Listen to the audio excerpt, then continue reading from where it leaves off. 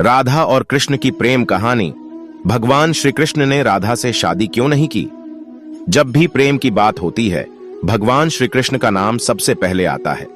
श्री कृष्ण को प्रेम और स्नेह का प्रतीक माना जाता है। पुराणों के अनुसार श्री कृष्ण की 16,108 रानियां थीं।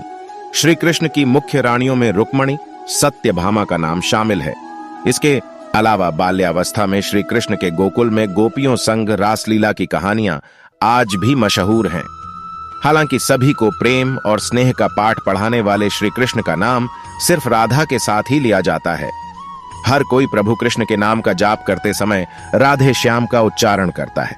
भले ही उनकी 16,108 रानियां थीं, लेकिन जब प्रेम की मिसाल दी जाती है तो श्री कृष्ण और राधा का प्रेम सबसे ऊपर होता है।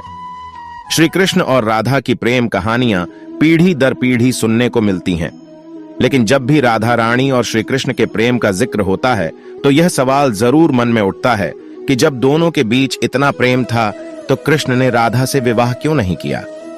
16,108 रानियों में एक राधा क्यों नहीं थी? बरसाना में राधा जी को लाडली कहा जाता है। ब्रह्मवैवर्त पुराण के अनुसार राधा जी कृष्ण से 4 साल बड़ी थीं और उनकी मित्र थीं। राधा जी से जुड़ी कई अन्य मान्यताएं भी हैं। ब्रह्मवैवर्त पुराण के अनुसार राधा का विवाह रायाण नाम के व्यक्ति से हुआ था, जो कि माता यशोदा के भाई थे, यानी रिश्ते में राधा कृष्ण की मामी लगती थीं। हालांकि अन्य पुराणों में ऐसा जिक्र नहीं मिलता। मान्यता है कि जब श्री कृष्ण 8 साल के थे तो उनकी मुलाकात राधा से हुई, जो 12 साल की थीं। श्री कृष्ण राधा से प्रेम करने लगे। दोनों एक दूसरे से विवाह भी करना चाहते थे। जब ये बात राधा के घर वालों को पता चली तो उन्होंने राधा को घर में कैद कर दिया। वह लोग राधा और कृष्ण की विवाह के इसीलिए भी खिलाफ थे क्योंकि राधा की मंगनी हो चुकी थी। कहा जाता है कि श्री कृष्ण ने राधा रानी से शादी करने की हठ कर दी थी। इस पर यशोदा माता और नंद बाबा उन्हें ऋषि गर्ग के पास ले गए। ऋषि गर्ग ने भी कान्हा को बहुत समझाया। इसके बाद कान्हा का मथुरा बुलावा आ गया। वह हमेशा के लिए वृंदावन छोड़कर मथुरा चले गए। उन्होंने राधा से वादा किया था कि वह वापस लौटेंगे, लेकिन वह कभी वापस नहीं आए। न ही राधा जी के मथुरा या द्वारका जाने का जिक्र मिलता है। राधा और कृष्ण का विवाह न होने के कई कारण बताए जाते हैं। इसमें से एक कारण नारद जी का श्राप भी माना जाता है।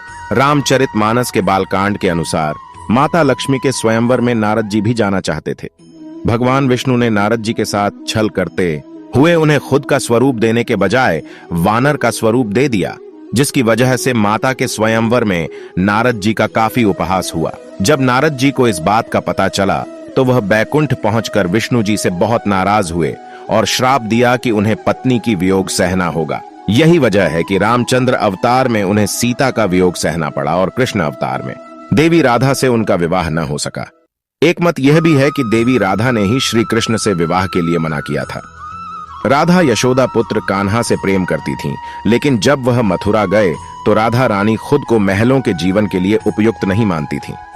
लोग चाहते थे कि श्री कृष्ण एक राजकुमारी से विवाह करें, इसलिए राधा ने श्री कृष्ण से विवाह न करने की ठान ली। यह भी कहा जाता है कि राधा को महसूस हो चुका था कि श्री कृष्ण भगवान का अवतार हैं। वह खुद को एक भक्त मानने लगी थीं। राधा श्री कृष्ण की भक्ति में लीन हो चुकी थीं। वह भगवान से विवाह नहीं कर सकती थीं। भगवान श्री कृष्ण की शरारतों, उनकी लीलाओं और छल सभी कुछ मनुष्य के लिए कोई न कोई सीख ही थी। राधा से विवाह करना भी मनुष्यों को प्रेम की असली परिभाषा से परिचित कराना था।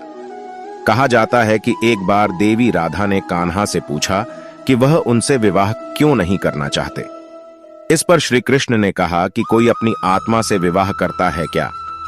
श्री कृष्ण राधा को खुद से अलग नहीं बल्कि अपना ही अस्तित्व मानते थे।